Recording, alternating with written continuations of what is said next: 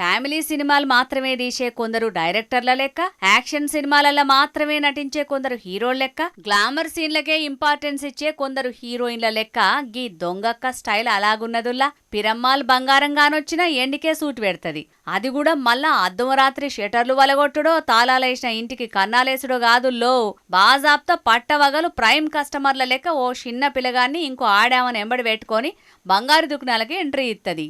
దినదినం రేటుతోటి 2020 ఆడుతున్న ఎండిమాల్కు సూటి పెడతది. ఈ పట్టగొలుసు రేటెంత, ఆ డిజైన్ అయితే ఎట్లుంటది, ఆ డిజైన్లో నా కాళ్ళ సైజు దొరుకుతుందా అనుకుంటా దుకున పోలను మస్తు కన్ఫ్యూజ్ చేత్తది. ఒకటి కొన్నట్టు చేసి ఇంకో దాన్ని కొట్టేత్తది, ఆటెనక అవతల పడుతుంది. దినం గిదే పనట. ప్రకాశం జిల్లా మార్కాపురంలో ఓ దుకుణంలో నిన్న గిట్లనే డ్యూటీ ఎక్కిందట ఈ దొంగక్క.